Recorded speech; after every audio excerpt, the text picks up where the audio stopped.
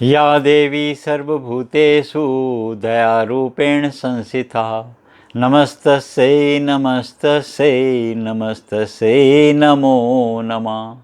सर्वमंगलमांगल्ये शिवे सर्वासादिके शरण्ये त्र्यंबके गौरी नारायणी नमस्तुते। आप सभी को वासंत चैत्र नवरात्रों की बहुत बहुत शुभकामनाएं। माता के आ गए हैं नवरात्रे, संवत्सर नया प्रारंभ हो रहा है, राक्षस संवत्सर। यूं तो इसमें प्राकृतिक प्रकोप रहता है। नवरात्रि के दिन महामाई का गुणगान, महामाई की आराधना, महामाई की उपासना, योगी की साधना, कायाकल्प का समय, ये नवरात्रों के समय किया जाता है। इस समय का किया हुआ जाप, पूजा, पाठ, पुण्य, अनुष्ठान, तप, यज्ञ, यहाँ तक कि मंत्रों का उच्चारण, किसी मंत्र की साधना सिद्ध करनी हो, कोई मंत्र अभिमंत्रित करना हो, कोई धारण करना हो, जहाँ पर कोई मुहूर्त की आवश्यकता नहीं है, वो सब सिद्ध करने का ये समय वासंत नवरात्रों, यहाँ से वर्ष का प्रारंभ भी होता है हिंदू कैलेंडर के अनुसार। क्या है, क्या विधि है, किस प्रकार से महामाई का गुणगान कर लिया जाए, क्या है माँ की कथा, आज हम यही एक समझने का इसमें प्रयास भी करेंगे। राक्षस संवत्सर 2018 प्रारंभ, चैत्र मास नवरात्रे, वासंत नवरात्रों, दिन मंगलवार, तिथि एकम, पक्ष की बात करेंगे तो शुक्ल पक्ष है, नक्षत्र रहेगा अश्विनी नक्षत्र, योग की बात करेंगे विशाख योग। बात करते हैं सबसे पहले घट स्थापना की। घट स्थापना का समय जो रहेगा वो प्रातःकाल 5:28 से लेकर 10:14 तक का रहने वाला है। ये अवधि रहेगी 4 घंटा 15 मिनट की। इस समय के आसपास अगर आप घट स्थापना नहीं कर पाएँ तो दूसरा मुहूर्त आपको मिलेगा, ये अभिजीत मुहूर्त में मिलेगा आपको 11:56 से लेकर 12:47 तक का भी आपके पास समय रहने वाला है। चूँकि इस वर्ष मंगलवार के दिन नवरात्रे प्रारंभ हो रहे हैं तो माता की सवारी दिनों के अनुसार, जैसे सोमवार रविवार को हाथी पे, मंगलवार शनिवार को घोड़े पर, गुरुवार शुक्रवार को डोली पर, बुधवार को नाव पर, तो मंगलवार को माँ घोड़े पर सवार होकर आएगी। प्राकृतिक देश आदि पर थोड़ा गंभीर माना गया है इसको, अशुभ का मतलब थोड़ा गंभीर माना गया है असर इसको। तो माँ की सवारी घोड़े पर रहने वाली है। बात कर लेते हैं कुंडली की।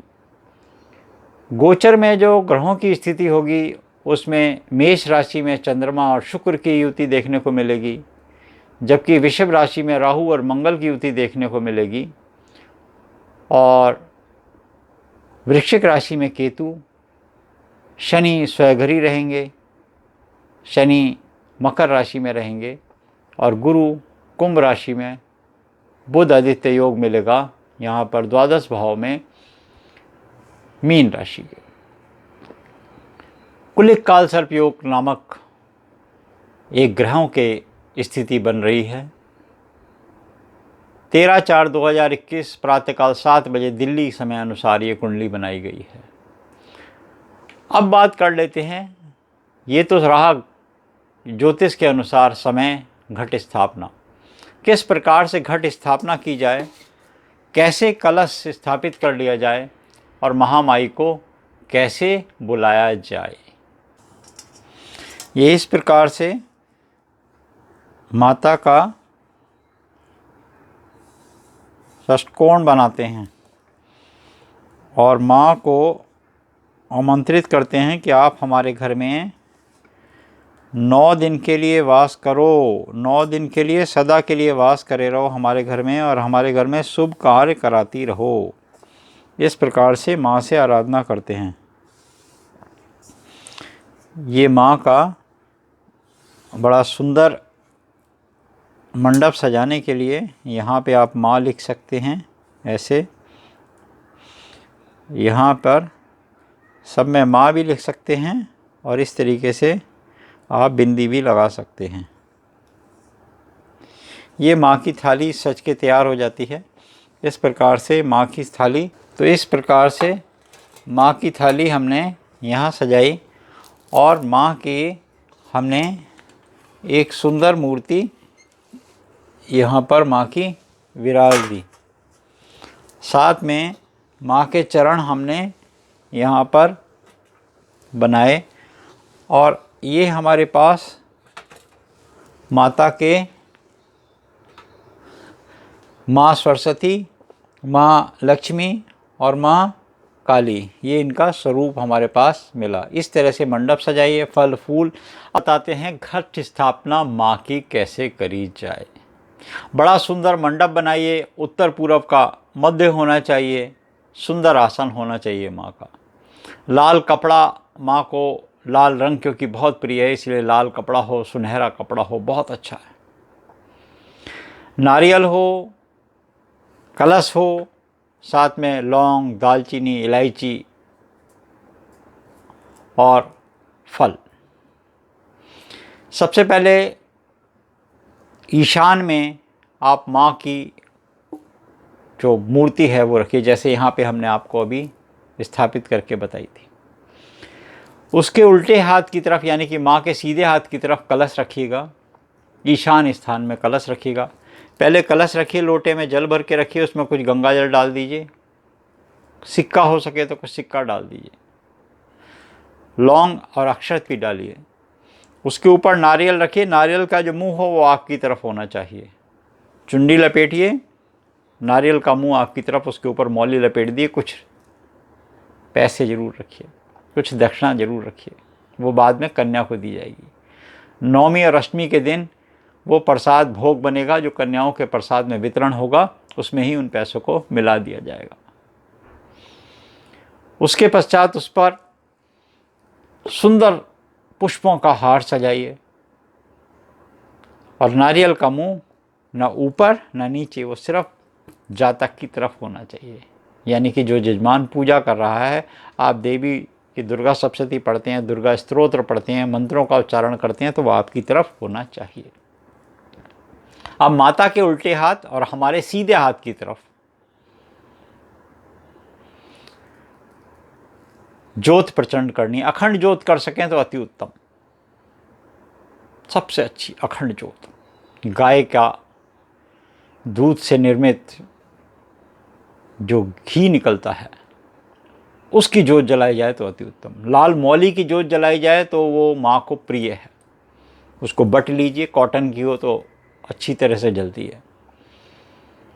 उसको बटते बटते भी आपके मंथन चलता रहना चाहिए। या देवी सर्वभूतेषु दया रूपेण संस्था, या देवी सर्वभूतेषु बुद्धि रूपेण संस्था, या देवी सर्वभूतेषु शांति रूपेण संस्था, या देवी सर्वभूतेषु लक्ष्मी रूपेण संस्था। जो आपको चाहिए वो माँ से आराधना इन 9 दिनों में आप माँ का हर कार्य में कर सकते हैं।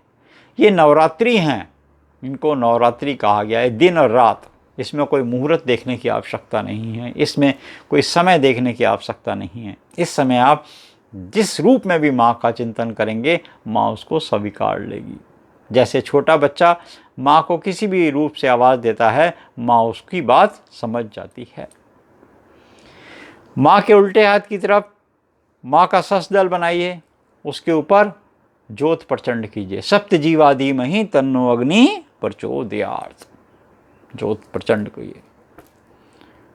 प्रयास कीजिए कि माँ की मूर्त के साथ फूलों का पुष्प का हार हो, कलश पे पुष्प का हार हो और आपके जो दाहिनी तरफ हो जहाँ पर अग्नि स्थान कहलाया वो भी पुष्प का हार हो।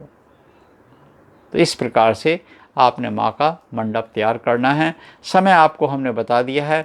इस बार 2 समय आपको मिलेंगे, प्रातःकाल 5:28 से लेकर 10:14 तक का। उसके बाद अभिजीत मुहूर्त भी 11:56 से लेकर 12:47 तक का रहेगा। तो दोनों समय आप घट स्थापना माँ की कर सकते। बात करेंगे माँ के पहले स्वरूप की। नवदुर्गाओं में शैलपुत्री के नाम से इनको जाना जाता है। माँ का पहला स्वरूप बहुत मन को बहाने वाला है, अत्यंत मन भावक है। माँ ऋषभ पर सवार हैं, दाहिने हाथ में त्रिशूल और बाहिने भुजा में माँ के कमल पुष्प